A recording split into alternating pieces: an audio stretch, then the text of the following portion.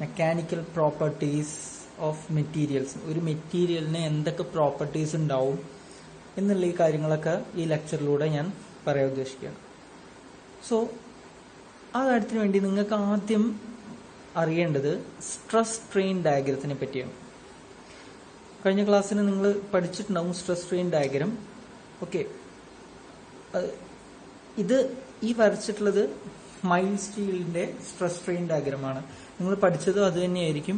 അതിന്റെ important points ആണ് ഞാൻ ഇവിടെ എടുത്തിട്ടുള്ളത്. ഞാൻ കഴിഞ്ഞ ക്ലാസ്സിന് നിങ്ങൾക്ക് എടുത്തിട്ടുണ്ടാവും, ഞാൻ വീണ്ടും എക്സ്പ്ലെയിൻ ചെയ്യുന്നില്ല അത്. ബട്ട് ഞാൻ ജസ്റ്റ് നമുക്കിനി മെക്കാനിക്കൽ പ്രോപ്പർട്ടീസ് പഠിക്കുമ്പോൾ ഇതിലെ ചില പോയിന്റ്സ് വളരെ ഇമ്പോർട്ടന്റ് ആണ് എന്നുള്ളത് കൊണ്ട് ഞാൻ ജസ്റ്റ് ഒന്ന് പറയുകയാണ്. ഇപ്പോൾ ഈ ഒരു OA എന്നുള്ള ഈ ലൈനാണ് പ്രപ്പോർഷണൽ ലിമിറ്റ്, അല്ലെങ്കിൽ ഇതുവരെയാണ് ഒബ്ജക്റ്റ് ലീനിയർ ആയിട്ട് ഇലാസ്റ്റിക് ബിഹേവിയർ കാണിക്കുക. OB എന്നുള്ളതാണ് ഇലാസ്റ്റിക് നേച്ചർ. അപ്പോൾ B എന്നുള്ള അപ് ടു B, OB എന്നുള്ള ഇത് ഇലാസ്റ്റിക് നേച്ചറും B ടു D എന്ന് പറയുന്നത് പ്ലാസ്റ്റിക്കുമാണ് അല്ലെ. ഇപ്പൊ പെർമനന്റ് ഡിഫോർമേഷൻ ആണ്. ബിയിൽ നിന്ന് ഡിയിലേക്ക് പോകുമ്പോൾ പെർമനന്റ് ഡിഫോർമേഷൻ ആണ്. അത് നിങ്ങൾക്ക് മനസ്സിലായിട്ടുണ്ടാവും. പിന്നെ ഡിയിൽ നിന്ന് ഇയിലേക്ക് പോകുമ്പോൾ അവിടെ എന്താണ്, അത് സ്ട്രെസ് കുറയാണ് ആൻഡ് അവിടെ ഫ്രാക്ചർ സംഭവിക്കുന്നു. ഓക്കെ, സോ ഇത്രയും കാര്യങ്ങളെ ബേസ് ചെയ്തിട്ട്, അല്ലെങ്കിൽ ഈ കാര്യങ്ങൾ വളരെ ഇമ്പോർട്ടൻ്റ് ആണ്. അതിൽ മെയിനായിട്ട് ഈ 3 പോയിന്റ്സ് BDE എന്നുള്ളത് എന്താണെന്ന് കറക്റ്റായിട്ട് മനസ്സിലാക്കി കഴിഞ്ഞാൽ ചില പ്രോപ്പർട്ടീസിന് അത് വളരെ ഗുണം ചെയ്യും, മെക്കാനിക്കൽ പ്രോപ്പർട്ടീസ്. സോ ഇത് വേണമെങ്കിൽ നിങ്ങൾ ഓൾറെഡി എടുത്തിട്ടുണ്ടാവും. ഇതിന്റെ മെയിൻ പോയിന്റ്സ് നമ്മൾ ചെയ്തിട്ടുണ്ട്. ചിലതൊക്കെ നമുക്ക് ആവശ്യമുള്ള പോയിന്റ്സ് മാത്രമേ ഇതിൽ, ഇനി ഞാൻ പറയാൻ പോകുന്ന മെക്കാനിക്കൽ പ്രോപ്പർട്ടീസിന് ആവശ്യമുള്ള പോയിന്റ്സ് മാത്രമേ ഞാനിവിടെ എടുത്തിട്ടുള്ളൂ. സോ ആദ്യം നമ്മൾ പഠിക്കാൻ പോകുന്നത് mechanical properties of materials. So എന്താണ് മെക്കാനിക്കൽ പ്രോപ്പർട്ടീസ് ഓഫ് മെറ്റീരിയൽസ് എന്ന് പറഞ്ഞു കഴിഞ്ഞാൽ ഒരുപാട്, നമുക്ക് 13 തരം മെക്കാനിക്കൽ പ്രോപ്പർട്ടീസ് ഉണ്ട്. അതായത് ഒരു ഒബ്ജക്റ്റ്, ഈ ഒരു ഒബ്ജക്റ്റിൽ നമ്മൾ ടെൻസൈൽ ലോഡ് എന്ന് പറഞ്ഞാൽ വലിക്കുക. ഇവിടെ നമ്മളൊരു വലിക്കുന്ന ഫോഴ്സ് കൊടുക്കുന്നു, അല്ലെങ്കിൽ ഇതിനെ ഒരു കംപ്രസീവ് ഫോഴ്സ് കൊടുക്കുന്നു, ഈ ഫോഴ്സ്.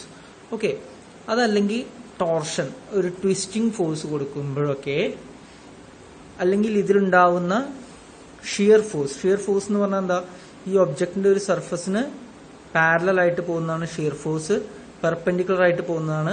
ഈ ഒരു ഒബ്ജക്റ്റിന്റെ ഈ ഫേസിന് പെർപെൻഡിക്കുലർ ആയിട്ട് പോയി കഴിഞ്ഞാൽ അത് ആക്സിയൽ, അല്ലെങ്കിൽ ഐദർ ടെൻഷൻ ആവാം അല്ലെങ്കിൽ കംപ്രഷൻ ആവാം. ഓക്കെ, ഇതൊക്കെ ആദ്യത്തെ ലെക്ചേഴ്സിൽ നിങ്ങൾക്ക് മനസ്സിലായിട്ടുണ്ടാവും. അപ്പോൾ ഇങ്ങനത്തെ ഫോഴ്സസ് വരുമ്പോൾ എന്തൊക്കെ തരം മാറ്റങ്ങളാണ്, എന്തൊക്കെ തരം പ്രോപ്പർട്ടീസാണ് ഒരു മെറ്റീരിയൽ ബിഹേവ് ചെയ്യുക എന്ന് പറയുന്നതിനെയാണ് നമ്മൾ മെക്കാനിക്കൽ പ്രോപ്പർട്ടീസ് എന്ന് പറയുന്നത്. ഓക്കെ, സോ അങ്ങനെ പല രീതിയിൽ ഒരു മെറ്റീരിയൽ ഈ പറയുന്ന ടെൻഷനെയും കംപ്രഷനെയും ഷിയറിനും ബിഹേവ് ചെയ്യും. അതായത് റെസിസ്റ്റ് ചെയ്യും, അല്ലെങ്കിൽ ചിലപ്പോൾ അബ്സോർബ് ചെയ്യവും. അപ്പോൾ അതിനെ ബേസ് ചെയ്തിട്ടുള്ള കുറെ പ്രോപ്പർട്ടീസാണ് നമ്മളിവിടെ പറയാൻ പോകുന്നത്. സോ ആദ്യത്തെ പ്രോപ്പർട്ടി എന്ന് പറയുന്നത് സ്ട്രെങ്ത് ആണ്. ഞാൻ പറയുന്ന ആദ്യത്തെ 4 പ്രോപ്പർട്ടീസ് വളരെ ഇമ്പോർട്ടൻ്റ് ആണ്, ഏറ്റവും കൺഫ്യൂസിംഗുമാണ്. നിങ്ങൾക്ക് ബേസിക്കലി എപ്പോഴും നിങ്ങൾ യൂസ് ചെയ്യുന്ന പറയുന്ന പ്രോപ്പർട്ടീസ് ആണെങ്കിലും എക്സാക്ട്ലി അതുകൊണ്ട് എന്താണ് മീൻ ചെയ്യുന്നത് എന്നുള്ളത് ഞാൻ പറയാം. ഓക്കെ, സ്ട്രെങ്ത് എന്ന് പറഞ്ഞാൽ ജനറലി നിങ്ങൾക്ക് എന്താണെന്ന് സ്ട്രെങ്ത് എന്ന് പറയുന്നത് അറിയുമായിരിക്കും. ബട്ട് ഇൻ മെക്കാനിക്കൽ വേർഡ്സ് അല്ലെങ്കിൽ മെറ്റീരിയൽ സയൻസിൽ സ്ട്രെങ്ത്തിനെ എങ്ങനെയാണ് ഡിഫൈൻ ചെയ്യുന്നത്? Ability of material to resist externally applied force without breaking. അതായത് ഇതാണ് ഒരു ഒബ്ജക്റ്റ് എന്ന് വിചാരിക്കാം. അപ്പോൾ ഞാൻ ഈ ഒരു ഒബ്ജക്റ്റിൽ ഒരു ഫോഴ്സ് അപ്ലൈ ചെയ്യുന്നു. അപ്പൊ ഇതെന്ത് ചെയ്യും? റെസിസ്റ്റ് ചെയ്യും അല്ലെ? ഈ ഒരു ഒബ്ജക്റ്റ് റെസിസ്റ്റ് ചെയ്യും. ഇവിടെ ഞാനൊരു ഫോഴ്സ് കൊടുത്തു കഴിഞ്ഞാൽ ഈ പേപ്പർ അല്ലെങ്കിൽ ഈ ബെഞ്ച് ഇതിന്റെ മുകളിലേക്ക് ഒരു ഫോഴ്സ് കൊടുത്ത് അതിനെ റെസിസ്റ്റ് ചെയ്യും. ഇത് എത്രത്തോളം റെസിസ്റ്റ് ചെയ്യാൻ പറ്റും, അതായത് റെസിസ്റ്റീവ് ഫോഴ്സ് എത്രത്തോളം ഉണ്ട് എന്നതിനെ ബേസ് ചെയ്തിരിക്കും നമ്മുടെ സ്ട്രെങ്ത് എന്ന പ്രോപ്പർട്ടി. അതായത് റെസിസ്റ്റിംഗ് ഫോഴ്സ് പെർ ഏരിയ എന്ന് പറഞ്ഞാൽ എന്താണ് നമ്മുടെ സ്ട്രെസ്. അപ്പോൾ മെയിൻ പോയിന്റ് ഇതാണ്, maximum stress A material can take without deformation under constant loading.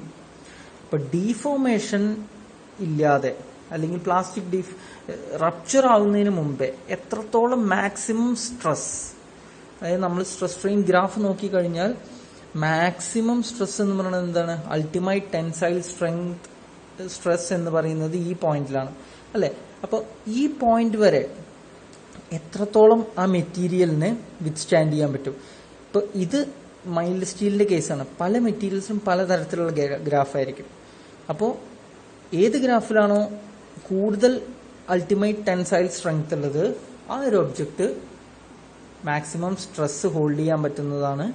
അതിനെയാണ്, അത് തന്നെ മാത്രമല്ല ആ ഒരു material is strength, that is indicates how much force material can support. ഇതൊക്കെ ഓൾമോസ്റ്റ് സെയിം പോയിന്റ് ആണ്. ഇതിൽ നിങ്ങൾ ശ്രദ്ധിക്കേണ്ട പോയിന്റ് എന്ന് പറയുന്നത് ഏറ്റവും കൂടുതൽ സ്ട്രെസ് ഹോൾഡ് ചെയ്യാൻ പറ്റുന്ന ഒരു പ്രോപ്പർട്ടിയാണ് സ്ട്രെങ്ത്. സ്ട്രെസ് എന്ന് പറഞ്ഞു കഴിഞ്ഞാൽ ഇവിടെ ഫോഴ്സും വരും അല്ലെ, എത്രത്തോളം ഫോഴ്സ്. ഇപ്പോൾ റെസിസ്റ്റൻസ് കൂടുന്തോറും ഞാൻ നേരത്തെ പറഞ്ഞത് സ്ട്രെങ്ത് കൂടും. എഫ് എന്ന് പറഞ്ഞ അപ്ലൈഡ് ഫോഴ്സ് ആണെങ്കിൽ ഇവിടെ കാണിച്ചിരിക്കുന്ന ആർ എന്ന് പറഞ്ഞ റെസിസ്റ്റിംഗ് ഫോഴ്സ് ആണ്. ഇവിടെ ചെറിയ ഡയഗ്രം എന്ന് പറഞ്ഞാൽ വേറെ ഒന്നുമല്ല, നമ്മളിപ്പോൾ ഒരു കുപ്പി, പ്ലാസ്റ്റിക് കുപ്പിയിൽ ഞാൻ ഒരു ഫോഴ്സ് അതിനെ തിരിക്കുന്നു, അതായത് അതിനെ ഡിഫോം ചെയ്യാൻ വേണ്ടിയിട്ട് ഞാൻ ശ്രമിക്കുകയാണ്. അപ്പൊ ഇതിന്റെ സ്ട്രെങ്ത് എന്ന് പറയുന്നത് എപ്പോഴാണോ ഇത് മാക്സിമം അതിന്റെ ഡിഫോർമേഷൻ കഴിഞ്ഞ് അതിന്റെ റപ്ചറിലേക്ക് പോകുന്നത്, അതാണ് that determines the strength of this bottle. Okay, clear ആണല്ലോ? സ്ട്രെങ്ത് എന്താ മനസ്സിലായി. ഇനി അടുത്ത പ്രോപ്പർട്ടി എന്ന് പറയുന്നത് സ്റ്റിഫ്നെസ്. സ്റ്റിഫ്നെസ് എന്ന പ്രോപ്പർട്ടി എന്ന് പറയുന്നത് ഇതും സ്ട്രെങ്ത്തും തമ്മിൽ ഡിഫറൻസ് ഉണ്ട്. So, extent to which an object resists elastic deformation in response to applied force. Elastic deformation ne എത്രത്തോളം ഒരു ഒബ്ജക്റ്റ് റെസിസ്റ്റ് ചെയ്യുന്നു, ഇലാസ്റ്റിക് ഡിഫോർമേഷനെ എത്രത്തോളം ഒരു ഒബ്ജക്റ്റ് റെസിസ്റ്റ് ചെയ്യുന്നു ഫോഴ്സ് കൊടുക്കുമ്പോൾ, അതിനെയാണ് നമ്മൾ സ്റ്റിഫ്നെസ് എന്ന് പറയുന്നത്. അത് ഇൻവേഴ്സ് ഓഫ് ഫ്ലെക്സിബിലിറ്റി ആണ്. ഇപ്പൊ സ്റ്റിഫ്നെസ് എന്ന് പറഞ്ഞപ്പോൾ ഒരു സ്പ്രിങ് ഉണ്ടെന്ന് വിചാരിക്കുക. ഈ സ്പ്രിങ് നമ്മൾ ഒരു ഫോഴ്സ് വെച്ച് വലിക്കുന്നു. അപ്പൊ അത് എന്തുണ്ടാവും, ഒരു ഡെൽറ്റ ഡിസ്റ്റൻസിൽ ഇതിന് മൂവ്മെന്റ് ഉണ്ടാവും അല്ലെ. It will move A delta distance ഇതിനെ പുൾ ചെയ്യുമ്പോൾ. ഓക്കെ, അങ്ങനെയാണെങ്കിൽ ഇതിന്റെ സ്റ്റിഫ്നെസ് എന്ന് പറയുന്നത് ഫോഴ്സ് ബൈ ഡെൽറ്റ. നിങ്ങൾ ബേസിക്കലി തന്നെ ആലോചിച്ചാൽ മതി, ഒരു സ്ട്രെങ്ത് സ്റ്റിഫായിട്ടുള്ള ഒരു സ്പ്രിങ് ആണെങ്കിൽ എന്തുണ്ടാവും, ഇവിടെ സ്റ്റിഫ്നെസ് കൂടിക്കഴിഞ്ഞാൽ എന്താണ്, അതിന്റെ ഡീഫോർമേഷൻ അല്ലെങ്കിൽ ഇലോങ്ങേഷൻ എന്ന് പറയുന്നത് കുറയും. They are inversely proportional. ഇപ്പൊ ഒരേ ഫോഴ്സ് നമ്മൾ വേറെ വേറെ മെറ്റീരിയലാണ് കൊടുത്തത്. സേ ഇപ്പോൾ 10 ന്യൂട്ടൺ ഫോഴ്സ് നമ്മൾ ഒരു മെറ്റീരിയലിൽ കൊടുത്തു, ഇത് വേറൊരു മെറ്റീരിയലാണ്, അവിടെയും 10 ന്യൂട്ടൺ ആണ് കൊടുത്തത്. അങ്ങനെയാണെങ്കിൽ ഈ ഒരു ഒബ്ജക്റ്റ് ഡെൽറ്റ ഡിസ്പ്ലേസ്മെന്റ് ഉണ്ടാക്കി, ഇത് ഡിസ്പ്ലേസ്മെന്റ് ഒന്നും തന്നെ ഉണ്ടാക്കിയില്ല. അങ്ങനെയാണെങ്കിൽ എന്താ അതിന്റെ അർത്ഥം, ഇത് more stiffer than this. Okay, so also it resist externally applied force with break down or yielding. Okay, ഇപ്പൊ യൂണിറ്റ് ഓഫ് സ്റ്റിഫ്നെസ് എന്ന് പറയുന്നത് newton per metre, force by delta ആണ്, ഇലോങ്ങേഷൻ ആണ്. സോ ഓക്കെ, ഇനി അടുത്തതെന്ന് പറയുന്നത് toughness. The property which resists fracture due to high impact. So, ഒരു ഒബ്ജക്റ്റിന്റെ ഫ്രാക്ചർ ഉണ്ടാവുന്നതിൽ നിന്നും റെസിസ്റ്റ് ചെയ്യുന്നതിനാണ് നമ്മൾ ടഫ്നെസ് എന്ന് പറയുന്നത്. ഇപ്പൊ ഈ മൂന്ന് പറഞ്ഞ സ്ട്രെങ്ത് ആവട്ടെ, സ്റ്റിഫ്നെസ് ആവട്ടെ, ടഫ്നെസ് ആവട്ടെ, അത് ബൈ വേർഡ് ഇംഗ്ലീഷിലോ അല്ലെങ്കിൽ നമുക്ക് അതിന്റെ അർത്ഥം എന്ന് പറയുന്നത് വളരെ സിമിലർ ആയിട്ട് തോന്നാം.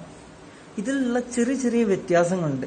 ഒന്ന് മാക്സിമം സ്ട്രെസ്സിനെ റെസിസ്റ്റ് ചെയ്യണു, ഒന്ന് ഇലാസ്റ്റിക് ഡിഫോർമേഷനെ റെസിസ്റ്റ് ചെയ്യണു, ഇവിടെ ഫ്രാക്ചറിനെ റെസിസ്റ്റ് ചെയ്യണു. ഓക്കെ, ഫോർ ടഫ് മെറ്റീരിയൽ സ്ട്രോങ്ങും ആവാം ഡക്റ്റൈലും ആണ്. ടഫായിട്ടുള്ളൊരു മെറ്റീരിയൽ സ്ട്രോങ്ങും ആണ്, അതിന്റെ സ്ട്രെങ്ത്തും കൂടും, ഡക്റ്റിലിറ്റിയും കൂടും. ഡക്റ്റിലിറ്റി എന്താണെന്ന് ഞാൻ വരുമ്പോൾ പറയാം. അതേപോലെ ടഫ്നെസ് ഡിക്രീസ് ചെയ്യും എപ്പോൾ ചൂടാക്കി കഴിഞ്ഞാൽ. അതായത് അതും ഒരു ടൈപ്പ് ഓഫ് ഫോഴ്സ് ആണ്, റൈറ്റ്? അത് ചൂടാക്കുക എന്ന് പറയുന്നത് ഒരു പ്രഷർ കൊടുക്കുക തന്നെയാണല്ലോ. So indicates how much energy material can absorb before rupturing. കണ്ടോ, ഏറ്റവും ഇമ്പോർട്ടൻ്റ് ആയിട്ടുള്ള പോയിന്റ് നമ്മൾ റപ്ചറിങ് അല്ലെങ്കിൽ ഫ്രാക്ചർ അല്ലെങ്കിൽ ബ്രേക്കിംഗ് പോയിന്റ് എന്നുള്ളതിനെ റെസിസ്റ്റ് ചെയ്യുന്നതാണ് മെയിൻലി ടഫ്നെസ് എന്ന് പറയുന്നത്. ഓക്കെ, ക്ലിയർ ആണല്ലോ? ഇനി അടുത്തത് നെക്സ്റ്റ് എന്ന് പറയുന്നത് ഹാർഡ്നെസ്. ഹാർഡ്നെസ് എന്ന് പറയുന്നതും വളരെ സിമിലർ ആണ്. It's also a resistance. It shows resistance to wear, scratching, deformation, machinability etcetera.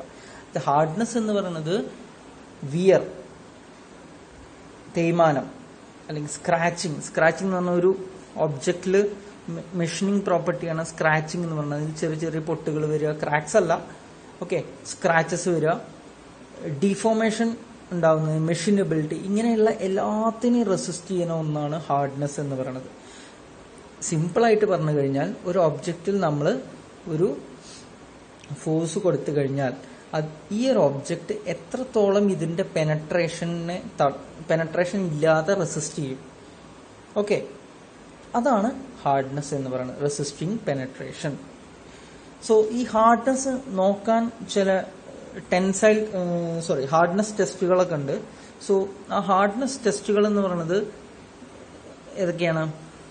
Brinell hardness test, Rockwell hardness test, Vickers hardness test, അങ്ങനെ ഇത്രയും ഹാർഡ്നെസ് ടെസ്റ്റുകളുണ്ട്. അപ്പോൾ ഇവിടെ സിമ്പിളായിട്ട് ഇവിടെ എന്താ ചെയ്യുന്നത്, ഒരു ഒബ്ജക്റ്റ് നമ്മൾ വെച്ച് കഴിഞ്ഞാൽ ഇവിടെ ഒരു ഡിവൈസിൽ, ഹാർഡ്നെസ് ടെസ്റ്റിന്റെ പല ടെസ്റ്റുകൾക്കും പലതരം ഡിവൈസസ് ആവും. ഈ ഒരു ഹാർഡ്നെസ് ടെസ്റ്റിന്റെ ഈ ഡിവൈസിൽ നിന്ന് ഇതിലേക്ക് ഒരു ഫോഴ്സ് നമ്മൾ കൊടുക്കണം. അതായത് ഇതിനെ ഈ ഒരു ഭാഗത്ത് ഇങ്ങനെ ഒരു കൂർത്ത എൻഡായിരിക്കും, ഈ എൻഡിൽ നിന്ന് ഇതിലേക്ക് നമ്മളൊരു ഫോഴ്സ് കൊടുക്കണം. അപ്പോൾ എത്ര ഫോഴ്സ് കൊടുക്കുമ്പോഴാണ് ഇവിടെ ഇതിനൊരു ഇൻഡന്റേഷൻ എന്ന് പറഞ്ഞ ഒരു മാർക്ക് ഉണ്ട്, അതായത് പെനട്രേറ്റ് ആവുന്നത്, അത് എത്രത്തോളം പെനട്രേറ്റ് ആയി എന്നുള്ളതൊക്കെ നോക്കി അതിനെ അനലൈസ് ചെയ്തിട്ടാണ് നമ്മൾ ഹാർഡ്നെസ് കണ്ടുപിടിക്കുന്നത്. അങ്ങനെ അതിന്റെ ഹാർഡ്നെസ്സിനെ ഡിറ്റർമൈൻ ചെയ്യുന്ന ഒരു ഫാക്ടറാണ് ബ്രിനൽസ് ഹാർഡ്നെസ് നമ്പർ എന്ന് പറയുന്നത്. ഇതേപോലെ തന്നെ വിക്കേഴ്സ് ഹാർഡ്നെസ് നമ്പർ ഉണ്ട്, റോക്ക്വെൽ ഹാർഡ്നെസ് നമ്പർ ഉണ്ട്. ഇതൊക്കെ ഒരു ഒബ്ജക്റ്റിന്റെ ഹാർഡ്നെസ്സിനെ കണ്ടുപിടിക്കാൻ, എത്രത്തോളം ഹാർഡാണ് എന്ന് കണ്ടുപിടിക്കാൻ വേണ്ടി ഉണ്ടാക്കുന്ന ഒരു ടെസ്റ്റിൽ നിന്ന് വരുന്ന റിസൾട്ട്സ് ആണ്. ഓക്കെ, അപ്പൊ ഹാർഡ്നെസ് കൂടുന്തോറും എന്താണ്, ഡീഫോർമേഷൻ കുറയും. ഓക്കെ, ഇത് greater hardness, greater resistance to deformation. Okay, ഇനി ഞാൻ ഇപ്പം നമ്മൾ പറഞ്ഞ 4 കാര്യങ്ങളാണ്. ഒന്ന് സ്ട്രെങ്ത്, സ്റ്റിഫ്നെസ്, ടഫ്നെസ്, ഹാർഡ്നെസ്. അപ്പൊ ഇതിന്റെ എല്ലാത്തിന്റെയും ബേസിക്കലി നമ്മൾ ഈ പ്രോപ്പർട്ടീസ് വരുമ്പോൾ വളരെ കൺഫ്യൂസിംഗ് ആയിട്ടുള്ള ക്വസ്റ്റ്യൻസ് വരാവുന്ന ഈ 4 ക്വസ്റ്റ്യൻസ് എന്നാണ്. അപ്പൊ അതിനെ ഞാൻ കുറച്ച് സിമ്പിൾ ആക്കിയിട്ട് നിങ്ങൾക്ക് മനസ്സിലാവുന്ന രീതിയിൽ സ്ട്രെസ് സ്ട്രെയിൻ ഡയഗ്രത്തിൽ ഞാൻ എങ്ങനെ നിങ്ങളെ നോട്ട് ചെയ്യാം എന്നുള്ളതാണ് ഞാൻ പറഞ്ഞുതരുന്നത്. ഓക്കെ, അപ്പൊ ഇതാണ് നിങ്ങളുടെ stress strain diagram. Okay, stress strain ഡയഗ്രത്തിന്റെ ഈ പോയിന്റ് ഒ ആണ്. ഒയിൽ നിന്ന് അടുത്ത പോയിന്റ് എന്ന് പറയുന്നത് ലീനിയർ പ്രൊപ്പോർഷണൽ ലിമിറ്റ് ഉള്ള പോയിന്റ് ആണ്. ബി വരെയുള്ള പോയിന്റിലാണ്. ഇത്ര ഒ ബി വരെ എന്താണ്, ഇലാസ്റ്റിക് റീജിയൻ ആണ്. B2 ഈ പോയിന്റ് ഡി ആണെന്ന് വിചാരിച്ചോളൂ. BD വരെ എന്താണ്, പ്ലാസ്റ്റിക് റീജിയൻ ആണ്. ആൻഡ് D2E എന്ന് പറയുന്നത് എന്താണ്, ഫ്രാക്ചർ റീജിയൻ. ഡിയിൽ നിന്ന് ഇയിലേക്ക് പോകുന്തോറും അത് ഫ്രാക്ചർ ആവാനുള്ള സാധ്യത കൂടിക്കൊണ്ടേ വരും. സോ ഇതും ഞാൻ ഈ പറഞ്ഞ 4 പ്രോപ്പർട്ടീസും തമ്മിൽ എങ്ങനെ ലിങ്ക് ആവണമെന്ന് വെച്ചാൽ, ഞാൻ ഈ വരച്ചിരിക്കുന്ന വര, ഓക്കെ, അതായത് ഒയിൽ നിന്ന് ബി വരെ എന്താണ്, അതിനെ ഇവിടെ ഞാൻ സ്റ്റിഫ്നെസ് എന്ന് പറയണം. അതായത് OB എന്ന് പറയുന്നത് സ്റ്റിഫ്നെസ് എന്ന് പറയാൻ കാരണം എന്താ, അത് ബി എന്നുള്ള പോയിന്റിലാണ് ഇലാസ്റ്റിക് ലിമിറ്റ്, ഇലാസ്റ്റിസിറ്റി തീരുന്ന അവിടെയാണ്. അപ്പൊ അത്രയും ഭാഗത്തിനെ റെസിസ്റ്റ് ചെയ്യുന്ന പ്രോപ്പർട്ടിയാണ്, അതായത് റെസിസ്റ്റിംഗ് ഇലാസ്റ്റിക് ഡീഫോർമേഷൻ ആണ് സ്റ്റിഫ്നെസ്. ആൻഡ് ഡി എന്നുള്ള പോയിന്റിൽ എന്താണ്, അവിടെയാണ് ഇത് വരച്ചിട്ടുള്ളത് സ്ട്രെങ്ത് എന്നാണ് പറഞ്ഞിട്ടുള്ളത്. അതെന്താണ്, resisting maximum stress. Maximum stress ആണ് ഇവിടെ ഡി എന്നുള്ള പോയിന്റിൽ പ്ലാസ്റ്റിക് ഡിഫോർമേഷൻ. ഈ മാക്സിമം സ്ട്രെസ് കഴിഞ്ഞാൽ പിന്നെ അത് റപ്ചറിലേക്കാണ്. അപ്പൊ ഇതാണ് അൾട്ടിമേറ്റ് ടെൻസൈൽ സ്ട്രെസ് എന്ന് പറയുന്നത്. സോ അതാണ് സ്ട്രെങ്ത് എന്ന് പറയുന്നത്, റെസിസ്റ്റിംഗ് മാക്സിമം സ്ട്രെസ്. ഓക്കെ, ഇനി ടഫ്നെസ് എന്ന് പറഞ്ഞാൽ റെസിസ്റ്റിംഗ് ഫ്രാക്ചർ അല്ലെങ്കിൽ റപ്ചർ. ഓക്കെ, ഈ പോയിന്റ്. ഓക്കെ, അപ്പോൾ ഈ 3 വരകളാണ് ആദ്യത്തെ 3 പ്രോപ്പർട്ടീസ്. ഇതിനെ എല്ലാത്തിനെയും റെസിസ്റ്റ് ചെയ്യുന്ന, resistance to wear, scratching, deformation, machinability, ഇതിനെല്ലാം റെസിസ്റ്റ് ചെയ്യുന്ന ഒരു പ്രോപ്പർട്ടിയാണ് വേണമെങ്കിൽ ഹാർഡ്നെസ് എന്ന് പറയുന്നത്. ഓക്കെ, സോ ഇത് മനസ്സിലായല്ലോ. ആദ്യത്തെ ഈ പ്രോപ്പർട്ടീസ് നമ്മൾ ഈ ഗ്രാഫിൽ നിന്ന് തന്നെ കണ്ടുപിടിക്കാം. ആദ്യത്തെ ലൈൻ എന്ന് പറയുന്നത്, ഓറഞ്ച് ലൈൻ എന്ന് പറയുന്നത് റെസിസ്റ്റിംഗ് സ്റ്റിഫ്നെസ്, ഇലാസ്റ്റിക് ഡിഫോർമേഷൻ, അതാണ് സ്റ്റിഫ്നെസ്. റെസിസ്റ്റിംഗ് മാക്സിമം സ്ട്രെസ്, അതാണ് സ്ട്രെങ്ത് എന്ന് പറയുന്നത് ഒരു മെറ്റീരിയലിന്റെ. റെസിസ്റ്റിംഗ് ഫ്രാക്ചർ അല്ലെങ്കിൽ റപ്ചർ, അതാണ് ടഫ്നെസ് എന്ന് പറയുന്നത്. ഓക്കെ, സോ ഈ ഒരു ഗ്രാഫ് നിങ്ങൾക്ക് വളരെ യൂസ്ഫുൾ ആയിരിക്കും. ഓക്കെ, ഇനി അടുത്തതൊക്കെ ചെറിയ ചെറിയ നിങ്ങൾക്ക് അറിയാവുന്ന പ്രോപ്പർട്ടീസ് തന്നെയാണ്. ഇലാസ്റ്റിസിറ്റി എന്ന് പറഞ്ഞാൽ എന്താണ്? ഒരു ഒബ്ജക്റ്റ് ഞാൻ എഫ് ഫോഴ്സിൽ, ഇവിടെ നമ്മൾ ടെൻസൈൽ ഫോഴ്സ് ആണ് കൊടുക്കുന്നത്, വലിക്കുന്നു. അപ്പൊ ഇതെന്താ, ഇതിനൊരു ഡിഫോർമേഷൻ ഉണ്ടാവുന്നു. ഇനി ആ ഫോഴ്സ് റിമൂവ് ചെയ്ത് കഴിഞ്ഞാൽ അത് വീണ്ടും പഴയ ഫേസിലേക്ക് തന്നെ, പഴയ ഡയമെൻഷനിലേക്ക് തന്നെ തിരിച്ചെത്തുന്നു. ഓക്കെ, അപ്പൊ ഇതാണ് property of a material to regain its original shape after deformation even when external forces are remove. External force, പുറത്തുനിന്നുള്ള ഫോഴ്സസ് റിമൂവ് ചെയ്താലും പഴയ രൂപത്തിലേക്ക് തിരിച്ചു വരുന്ന പ്രോപ്പർട്ടിയാണ് നമ്മൾ ഇലാസ്റ്റിസിറ്റി എന്ന് പറയുന്നത്. അപ്പൊ ഇതില് OB എന്നുള്ള റീജിയൻ ആണ് സ്ട്രെസ് സ്ട്രെയിൻ ഡയഗ്രത്തിൽ. നിങ്ങൾക്ക് OB എന്നുള്ളതല്ല, നിങ്ങൾ എങ്ങനെയാണോ പഠിച്ചിട്ടുള്ളത് അത് ഫോളോ ചെയ്യുക, കോൺസെപ്റ്റ് മാത്രം മനസ്സിലാക്കുക. ഓക്കെ, സോ ഇവിടെ OB എന്നുള്ള റീജിയൻ ആണ് നിങ്ങളുടെ elastic region. Okay,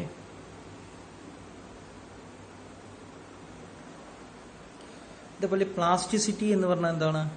plasticity is nothing but ability of a material to undergo permanent deformation. ഇത് പറയാം. അതായത് ഇലാസ്റ്റിസിറ്റി കഴിഞ്ഞു, അതായത് ഇവിടെ നമ്മൾ ഒരു ഫോഴ്സ് കൊടുത്തു, L ലെങ്ത് ഉള്ളത്, അത് ഡിഫോം ആയി. എത്ര? L+dl എന്നുള്ള ലെങ്ത് ആയിട്ട് ഡിഫോം ചെയ്തു. നമ്മൾ ഇവിടെ ഫോഴ്സ് വിട്ട് കഴിഞ്ഞാൽ അത് ഇതേ ഡിഫോംഡ് സ്റ്റേറ്റിലാണ്. Okay, so ability of material to undergo permanent deformation ആണ് നമ്മൾ പ്ലാസ്റ്റിസിറ്റി എന്ന് പറയുക. ഓക്കെ, നൗ അടുത്ത പ്രോപ്പർട്ടി എന്ന് പറയുന്നത് ഇറ്റ്സ് കോൾഡ് ഡക്റ്റിലിറ്റി. ഹോപ്പ് നിങ്ങൾക്ക് കാണാൻ പറ്റണമെന്ന് വിചാരിക്കുന്നു ഞാൻ. ഓക്കെ, ഡക്റ്റിലിറ്റി എന്ന് പറഞ്ഞാൽ എന്താണ്? ഒരു ഒബ്ജക്റ്റിനെ നമ്മൾ ടെൻസൈൽ ഫോഴ്സ് കൊടുക്കുമ്പോൾ അതിന്റെ ഷേപ്പ് മാറി തിൻ വയേഴ്സ് ആയിട്ട് മാറുന്നു. തിന്നിങ് ഓഫ് വയേഴ്സ്, ഇതിനെയാണ് നമ്മൾ ഡക്റ്റിലിറ്റി എന്ന് പറയുന്നത്. അതായത് basically this is a measure of material's ability to undergo plastic deformation before rupture or breaking. എത്രത്തോളം ഒരു ഒബ്ജക്റ്റിന് പ്ലാസ്റ്റിക്കലി ഡിഫോം ആവാൻ പറ്റും, അത് റപ്ചർ അല്ലെങ്കിൽ ബ്രേക്കിംഗ് ഉണ്ടാവുന്നതിന് മുമ്പേ എത്രത്തോളം പ്ലാസ്റ്റിക് ഡിഫോർമേഷൻ സംഭവിക്കും. അതായത് ഞാൻ ഈ ഫോഴ്സിന് കൊടുക്കുമ്പോൾ ഇത് ഇലാസ്റ്റിക് പ്രോപ്പർട്ടി വിട്ട് അത് വലുതായിക്കൊണ്ടേയിരിക്കുന്നു. എത്രത്തോളം അതിനെ വലുതാക്കാൻ പറ്റും, ഒരു തിൻ വയർ എന്നോണം. അതിനാണ് ഇവിടെ ഏറ്റവും ഇമ്പോർട്ടന്റ് എന്ന് പറയുന്നത്. ഇവിടെ ടെൻസൈൽ ഫോഴ്സ് ആണ് കൊടുക്കുന്നത്.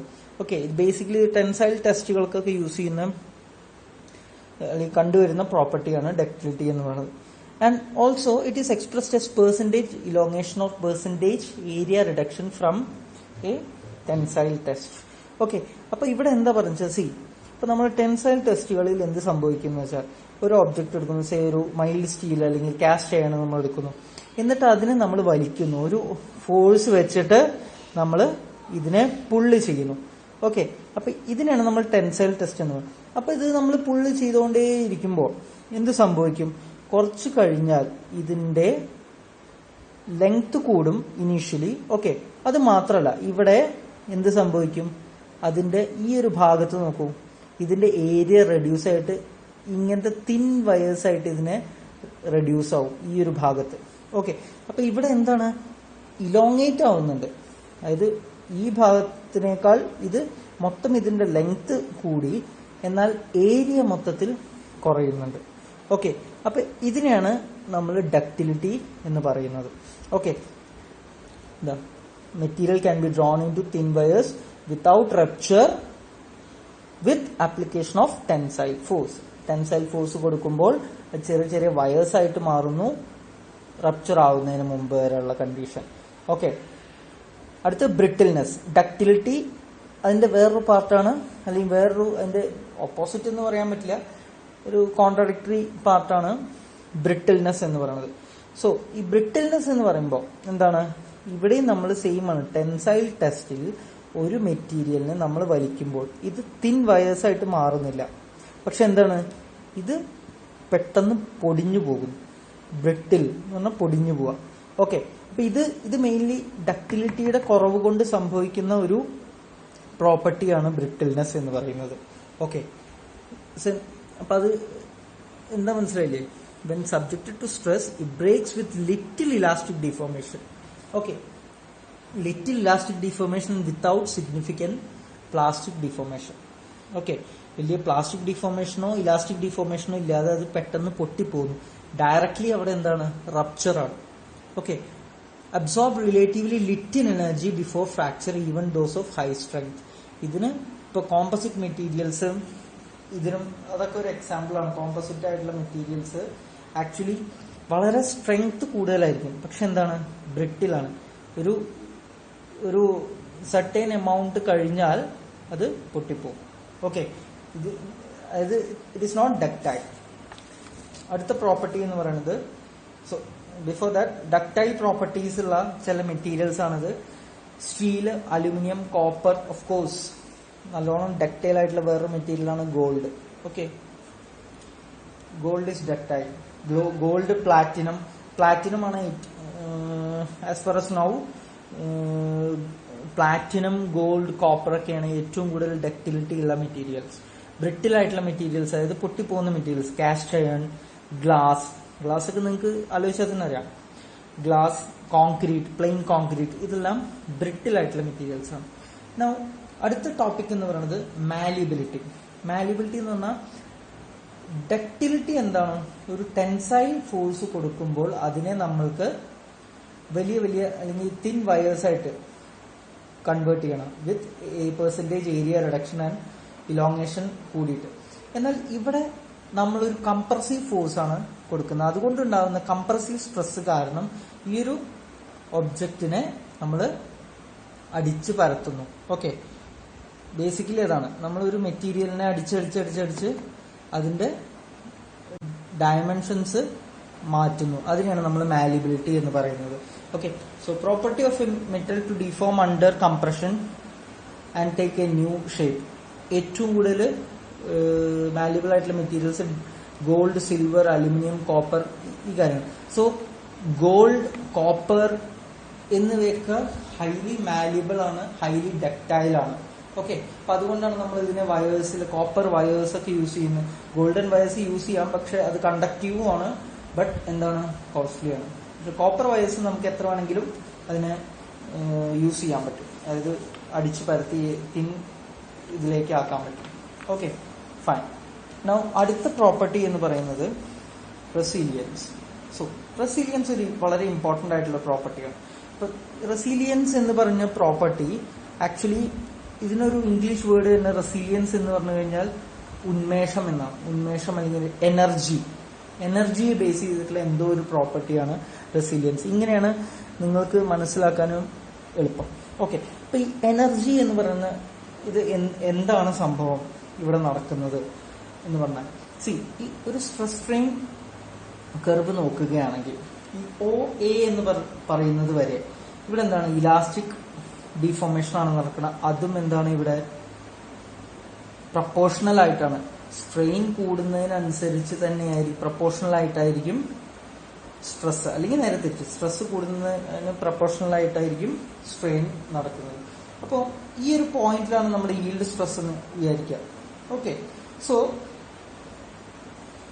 ഇവിടെ ഒരു റബ്ബർ നമ്മൾ ഇങ്ങനെ പുള്ളി ചെയ്യുമ്പോൾ അതിന്റെ അർത്ഥം എന്താ, ഒരു ഫോഴ്സ് കൊടുക്കുമ്പോൾ അതിലൊരു ഡിസ്പ്ലേസ്മെന്റ് ഉണ്ടാവുന്നു. അപ്പൊ അവിടെ ഒരു വർക്ക് ഡൺ, ആ വർക്ക് ഡൺ ചെയ്യാൻ ഒരു എനർജി ഉണ്ടാവും. സോ എത്രത്തോളം നമ്മൾ ഇതിനെ വലിക്കുന്നു, അത്രയും എനർജി ഈ ഒരു മെറ്റീരിയലിൽ സ്റ്റോർ ആവും. ഇതിനെ വലിക്കും തോറും എന്താണ്, അത്രയും എനർജി ഇതിലേക്ക് അബ്സോർബ് ചെയ്യും. ഓക്കെ, സോ ഈ അബ്സോർബ് ചെയ്ത എനർജിയാണ് ഞാൻ ഇവിടെ വരച്ചിട്ടുള്ള ഈ ട്രയാങ്കിളിൽ ഉള്ളത്. ഓക്കെ, ഇത് ഞാൻ പ്രൊപ്പോർഷൻ ലിമിറ്റ് വരെ കൺസിഡർ ചെയ്യുള്ളൂ. മൊത്തം ഈ കർവിന്റെ അടിയിൽ വരുന്ന ഏരിയയാണ് ശരിക്ക് energy absorbed by that material during its entire material, അല്ലെങ്കിൽ സ്ട്രെസ് സ്ട്രെയിൻ ഡയഗ്രത്തിൽ ഉണ്ടാകുന്ന എൻറ്റയർ എനർജി അബ്സോർപ്ഷൻ എന്ന് പറയുന്നത്. ഓക്കെ, സോ റെസിലിയൻസ് എന്ന് പറഞ്ഞാലും ഈ എനർജിയെ ബേസ് ചെയ്തിട്ടുള്ളതാണ്. എന്താണ്? Property to absorb energy and to resist shock and impact when deformed elastically. Elastically deform ചെയ്യുമ്പോൾ എത്രത്തോളം അത് എനർജി അബ്സോർബ് ചെയ്യും, ആൻഡ് ഓൾസോ അതായത് ഷോക്ക് ഇമ്പാക്ട് എന്ന് പറഞ്ഞാൽ തന്നെ സഡൻ ആയിട്ടൊരു ലോഡ് വരുമ്പോൾ അതിനെ എങ്ങനെ റെസിസ്റ്റ് ചെയ്യും, അതിനെ എത്രത്തോളം എനർജി അതിനെ അബ്സോർബ് ചെയ്തിട്ടുണ്ടാവും, അതിനെ പറയുന്നതാണ് റെസിലിയൻസ് എന്ന് പറയുന്നത്. ഓക്കെ, അപ്പൊ ഈ റെസിലിയൻസിന്റെ അളവ്, അതായത് ഒരു ക്വാണ്ടിറ്റി വേണമല്ലോ, ഇതിനെ അളക്കാൻ ഒരു സ്കെയിൽ വേണം. അതിനെയാണ് നമ്മൾ മോഡുലസ് ഓഫ് റെസിലിയൻസ് എന്ന് പറയുന്നത്. അപ്പോൾ ഇപ്പൊ ഈ കേസിൽ ഞാൻ 5 ന്യൂട്ടൺ ആദ്യം കൊടുത്തു, അത് അബ്സോർബ് ചെയ്തു. 10 ന്യൂട്ടൺ, 20 ന്യൂട്ടൺ, 50 ന്യൂട്ടൺ, അത്രയും 50 ന്യൂട്ടൺ വരെ ഇത് അബ്സോർബ് ചെയ്തു. ഇത്രയും എനർജി ഇത് അബ്സോർബ് ചെയ്തു. ഓക്കെ, സോ ഞാൻ നേരത്തെ പറഞ്ഞു എനർജി അബ്സോർബ് ചെയ്തു എന്ന് പറയുന്നത് ഇതിന്റെ ഉള്ളിലുള്ള ഈ ട്രയാങ്കിളിന്റെ ഏരിയയാണ്. അതായത് half into sigma Y yield stress അല്ലെ. സിഗ്മ വൈ എന്ന് പറയാൻ കാരണം എന്താ? ഹാഫ് ഇൻറ്റു ഈ ട്രയാങ്കിളിന്റെ ഏരിയ ബി ഇൻറ്റു എച്ച് അല്ലെ. അങ്ങനെയും വേണമെങ്കിൽ കളിക്കാം. അല്ലെങ്കിൽ ഹാഫ് ഇൻറ്റു ഇത്രയും സിഗ്മ ഇൻറ്റു സ്ട്രെയിൻ. ഓക്കെ, അപ്പൊ സിഗ്മ വൈ ഇൻറ്റു സ്ട്രെയിൻ ആണ് എന്ത്? ഈ ട്രയാങ്കിളിന്റെ ഏരിയ എന്ന് പറയുന്നത്. അതാണ് energy absorbed. Okay, so energy absorbed will be 1/2 sigma y epsilon y which is equal to Hooke's ലോന് നിങ്ങൾക്ക് എന്താ അറിയാം? എപ്സിലോൺ സ്ട്രെയിൻ എന്ന് പറഞ്ഞു കഴിഞ്ഞാൽ സിഗ്മ ബൈ ഇ ആണ്. അതിനെ ഇതിലേക്ക് ഇട്ട് കഴിഞ്ഞാൽ 1/2 E sigma square Y by E. ഇതാണ് മോഡുലസ് ഓഫ് റെസിലിയൻസ് കണ്ടുപിടിക്കാനുള്ള ഫോർമുല. ഇതാണ് ഇതിൽ ഇമ്പോർട്ടന്റ് ആയിട്ടുള്ള ഒരു പോയിന്റ്. ഓക്കെ, അടുത്ത പ്രോപ്പർട്ടി എന്ന് പറയുന്നത് മെഷീനബിലിറ്റി. മെഷീനബിലിറ്റി എന്ന് പറഞ്ഞാൽ ഒരു സിമ്പിൾ പ്രോപ്പർട്ടിയാണത്. എന്താണ്? Ease with which a metal can be cut permitting removal of material with satisfactory finish at low cost. അതായത് എത്രത്തോളം എളുപ്പത്തിൽ നമുക്കൊരു മെറ്റീരിയലിനെ കട്ട് ചെയ്യാം, അല്ലെങ്കിൽ അതിനെ മെഷീനിങ് ചെയ്യാം, അതിന്റെ മെറ്റീരിയൽസ് റിമൂവ് ചെയ്യാം. എങ്ങനെ? വിത്ത് സാറ്റിസ്ഫാക്ടറി ഫിനിഷ്, നല്ല ഫിനിഷിങ്ങോട് കൂടി ഒരു മെറ്റീരിയലിനെ കട്ട് ചെയ്യുകയോ മെഷീൻ ചെയ്യുകയോ ചെയ്യണം ലോ കോസ്റ്റ്. അങ്ങനെയാണെങ്കിൽ ആ മെറ്റീരിയലിന് നല്ല മെഷീനബിലിറ്റി ഉണ്ട് എന്ന് നമുക്ക് അനുമാനിക്കാം. Okay, so this is what മെഷീനബിലിറ്റി means. Okay, ഇനി അടുത്ത 2 പ്രോപ്പർട്ടീസ് ആണ് ക്രീപ്പ് ആൻഡ് ഫെറ്റിക്. ഇത് രണ്ടും നിങ്ങൾ റിലേറ്റ് ചെയ്ത് പഠിക്കുക. ക്രീപ്പ് എന്ന് പറഞ്ഞാൽ permanent deformation over time and fatigue is crack propagation over time. Actually ഇത് ഫിസിക്കലി ഇതിന്റെ ദിസ് ഇസ് വെരി ഇമ്പോർട്ടൻറ്റ്. ഇപ്പം നമ്മൾ ഒരു അഴ കെട്ടുകയാണെങ്കിൽ, അല്ലെങ്കിൽ ഒരു വയറെടുത്ത് വലിക്കുകയാണെങ്കിൽ, നമ്മൾ ഒരുപാട് കാലം ഒരു അഴ കെട്ടിക്കൊണ്ടിരിക്കുന്ന സ്ഥലത്ത് നമ്മൾ കുറേ ലോഡ് ഇട്ടുകൊണ്ടേയിരിക്കുന്നു. അപ്പം എന്താ? ഇതൊക്കെ വലിയും അല്ലേ? ഈ ഷോക്ക് കാരണം എന്തുണ്ടാവും? ആ ഒരു കുറേ കാലത്തിന് ശേഷം ആ അഴ താന്ന് വരും അല്ലെ. അപ്പൊ അവിടെ ഒരു പെർമനന്റ് ഡീഫോർമേഷൻ ഉണ്ടാകുന്നു.